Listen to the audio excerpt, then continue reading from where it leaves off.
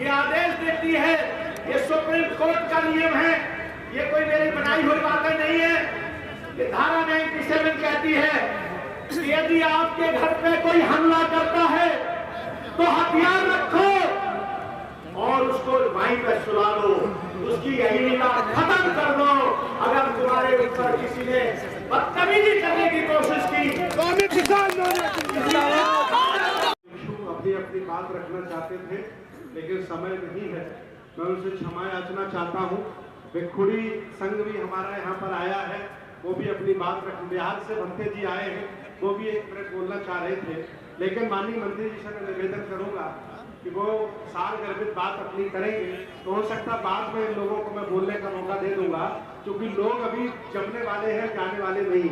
तो आदरणीय माननीय स्वामी प्रसाद मौर्य जी, इस देश में बहुजन आंदोलन के योद्धा, ये जो बहस देश में छिड़ी है कि दोस्त कौन है दुश्मन कौन है, उसके आप प्रणेता हैं। और कह सकते हैं कि अगर साउथ में कोई अगर पेरियार है, पेरियार स्वामी रामन आयकर, तो उत्तर भारत में अगर हमारे स्वामी जी को पेरियार कहा जाए तो कोई उसमें अतिशयोक्ति नहीं होगी। तो इतना लगन से मेहनत से भंते जी, भंतेगण आपको बदनाम, मंच के सामने जो बैठे हुए हमारे मुंडन की बात करते हैं। आइए आपके जो चाहने वाले माननीय हो रहे हैं। जय संविधान। साथियों, ये जो आज का कार्यक्रम रखा गया है, ये बौद्ध सम्मेलन, ये बौद्ध सम्मेलन का उद्देश्य क्या है? बहुत सारे लोग समझ रहे होंगे कि ये भीड़ आई हुई है और वक्ता लोग आएंगे, बोलेंगे नेताओं की तरह और हम लोग सुन करके चले जाएंगे। साथियों, इस बौद्ध सम्मेलन का बहुत बड़ा मकसद है। ये प्रयागराज की धरती है। इस प्रयागराज पे मुझे लगता है कि 2000 साल पहले ऐसा ही सम्मेलन महाराजा कनिष्ठ ने करवाया था, महाराजा हर्षवर्धन जी ने करवाया था। और ये 2024 को आप लोग खुद इस दूसरे सम्मेलन के साक्षी बनेंगे। साथियों, यह सम्मेलन इसलिए करवाया जा रहा है कि भारत की पुरानी संस्कृति सभ्यता से लोगों को परिचय कराया जाए एवं मानव धर्म जैसे बौद्ध धर्म का प्रचार प्रसार किया जाए। आज विश्व बौद्ध महासम्मेलन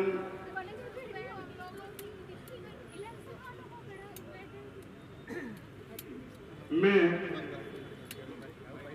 हमारे बीच उपस्थित भारतीय संविधान निर्माता परम पूज्य बाबा साहब डॉक्टर अम्बेडकर जी के पौत्र, जिन्होंने स्वयं इनके परिवार के लोगों ने, क्योंकि बाबा साहब के निर्माण के बाद ये पैदा हुए थे, तो परिवार के लोगों ने ही इनका नाम डॉक्टर अम्बेडकर रखा। हमारे बीच में विराजमान है, आपको संबोधित कर चुके हैं। इसके साथ ही साथ हमारे बीच में हम सभी को आशीर्वचन देने के लिए यहाँ पर विराजमान पूज्य भिक्षुगण एवं भिक्षुणीगण सभी देश के विभिन्न प्रदेशों से आए हुए सम्मानित अतिथिगण, नेपाल से भी पधारे हमारे सम्मानित अतिथि के साथ साथ मंचस्थ सभी मेहमान साथीगण और इसी के साथ मंच पर विराजमान विधायक भाई वाचस्पति जी, दूर दराज से आए हुए सभी उपासक एवं उपासिकाएं, भाइयों बहनों, नौजवान साथियों, पत्रकार बंधुओं, सबसे पहले इस भव्य और ऐतिहासिक कार्यक्रम का आयोजन आज सरदार पटेल संस्थान में स्थापित संपादित हो रहा है। ये देन है पूज्य भंते सुमित रत्न जी का। इसलिए मैं अपनी ओर से आई हुई जनसैलाब की ओर से भंते सुमित रत्न जी को बहुत बहुत बधाई शुभकामना देना चाहता।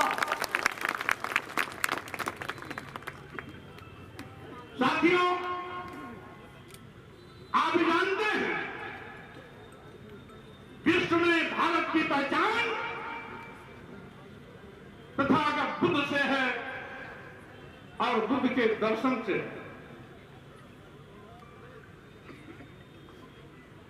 यहां तक कि हमारे देश के प्रधानमंत्री या राष्ट्रपति दुनिया के किसी भी देश में जाते हैं तो वहां पर भारत के विषय में भारत की ओर से प्रतीक के रूप में दूसरे देशों के राष्ट्राध्यक्ष को तथागत बुद्ध की प्रतिमा दी जाती है। और साथ ही साथ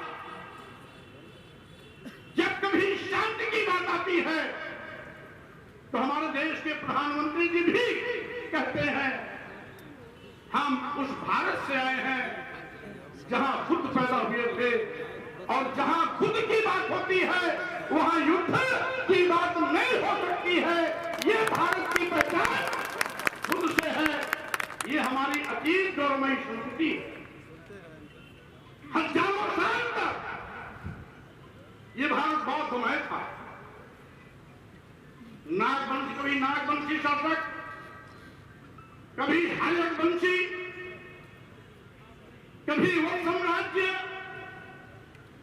कभी नंद वंश, कभी मौर्य साम्राज्य, कभी पाल साम्राज्य और महाराज हर्षवर्धन तक ये सिलसिला लगातार चला आता रहा।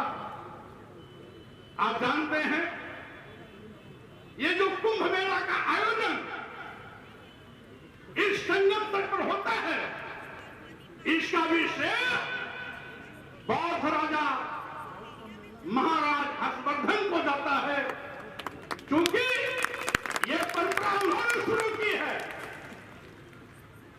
आज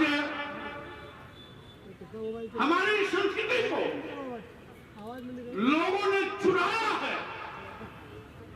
हमारी संस्कृति